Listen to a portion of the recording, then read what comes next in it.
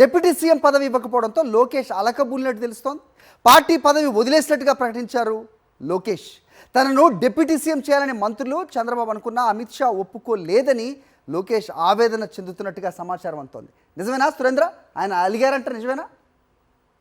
సరే, deputy CM పదవి అందకపోవడంతో లోకేష్ పూర్తిగా అసహనాన్ని వ్యక్తం చేస్తున్నట్టు అలిగినట్టయితే వార్తలు అందుతూ ఉన్నాయి. పూర్తిగా చంద్రబాబుని ఇప్పటికే పదే పదే లోకేష్ అడగడము, దానికి సంబంధించి ప్రధానంగా డిప్యూటీ సీఎం పోస్ట్ కావాలి, ఇటు పవన్ కళ్యాణ్కి ఏ స్థాయిలో పోస్ట్ ఇచ్చారో అదేవిధంగా నాకు డిప్యూటీ సీఎం ఇవ్వాలంటూ చంద్రబాబుని అడిగిన పరిస్థితి. దీని మీద టీడీపీ నేతలంతా కూడా పెద్ద ఎత్తున మాట్లాడారు, ప్రెస్ మీట్లు పెట్టారు, ఎమ్మెల్యేలు ప్రెస్ మీట్లు పెట్టారు, మంత్రులు ప్రెస్ మీట్లు పెట్టారు. ఖచ్చితంగా లోకేష్ని డిప్యూటీ సీఎం చేయాలంటూ వాళ్ళంతా అడిగిన పరిస్థితి కూడా చాలా స్పష్టంగా కనిపించింది. ఆఖరికి దావోస్ పర్యటనలో కూడా డిప్యూటీ సీఎంగా లోకేష్ ఉండాలంటూ మంత్రి టీజీ భరత్ కూడా అక్కడ మాట్లాడిన పరిస్థితి కూడా మనకి కనిపించింది.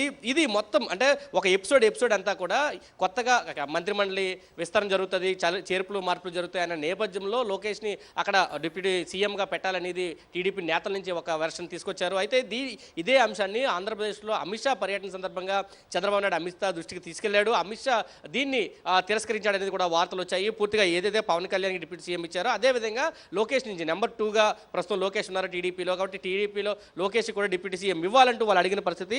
అదే దీనికి కూడా అమిత్ షా తిరోధకాలు ఇవ్వడంతో చేసేది ఏమీ లేని పరిస్థితి టీడీపీలో నెలకొందని చెప్పి పెద్ద ఎత్తున చర్చ జరుగుతుంది. అయితే ఈ సందర్భంలో తన అనకలు కానీ అసహనాన్ని కానీ ఏ విధంగా వ్యక్తం చేయాలని నేపథ్యంలో చంద్రబాబు మీద పూర్తిగా లోకేష్ అయితే అసహనాన్ని వ్యక్తం చేశారు. ఎందుకంటే టీడీపీలో ఇప్పుడు ప్రస్తుతం జాతీయ అధ్యక్షులుగా చంద్రబాబు నాయుడు ఉన్నారు, జాతీయ ప్రధాన కార్యదర్శిగా లోకేష్ ఉన్నారు. ప్రస్తుతం లోకేష్ పార్టీ ప్రధాన బాధ్యతని తను వదులుకుంటున్నట్టయితే నిన్న ప్రకటించిన పరిస్థితి కనిపించింది. దానికి ప్రధాన కారణం డిప్యూటీ సీఎం పదవి తానికి రాకపోవడంతో తండ్రి మీద అసహనం వ్యక్తం చేస్తున్నట్టు తెలుస్తుంది. అయితే ఇదే సందర్భంలో లోకేష్ 3 టర్మ్ల కంటే ఎవరు కూడా పదవులు ఎక్కువ కాలం చేయకూడదు, కాబట్టి నేను రాజీనామా చేస్తున్నాను, ఆ పదవిని వదులుకుంటున్నానంటూ ఆయన మాట్లాడారు. అదేవిధంగా చూస్తే చంద్రబాబు జాతీయ అధ్యక్షుడిగా దాదాపు 20 ఏళ్లుగా ఉన్నాడు, 3 టర్మ్లు కాదు ఇప్పుడు 5-6 టర్మ్లు అయిపోయిన పరిస్థితి. మరి చంద్రబాబు పరిస్థితి అంటే ఒక ప్రశ్న అయితే ప్రస్తుతం ఉత్పన్నమవుతున్న పరిస్థితి కూడా కనిపిస్తుంది. మరొక పక్క మంత్రిగా ఉన్నాను కాబట్టి ఈ బాధ్యతలు చేయట్లేదనేది టీడీపీ వర్గాల నుంచి వస్తున్నాయి. మంత్రి బాధ్యతలు సక్రమంగా నిర్వహించాలంటే పార్టీ బాధ్యతలు వదులుకోవాలనేది టీడీపీ వర్షన్గా చెప్తున్నారు. అలా అయితే మంత్రి బాధ్యత తీసుకుని దాదాపు 7 నెలల కాలం అయింది.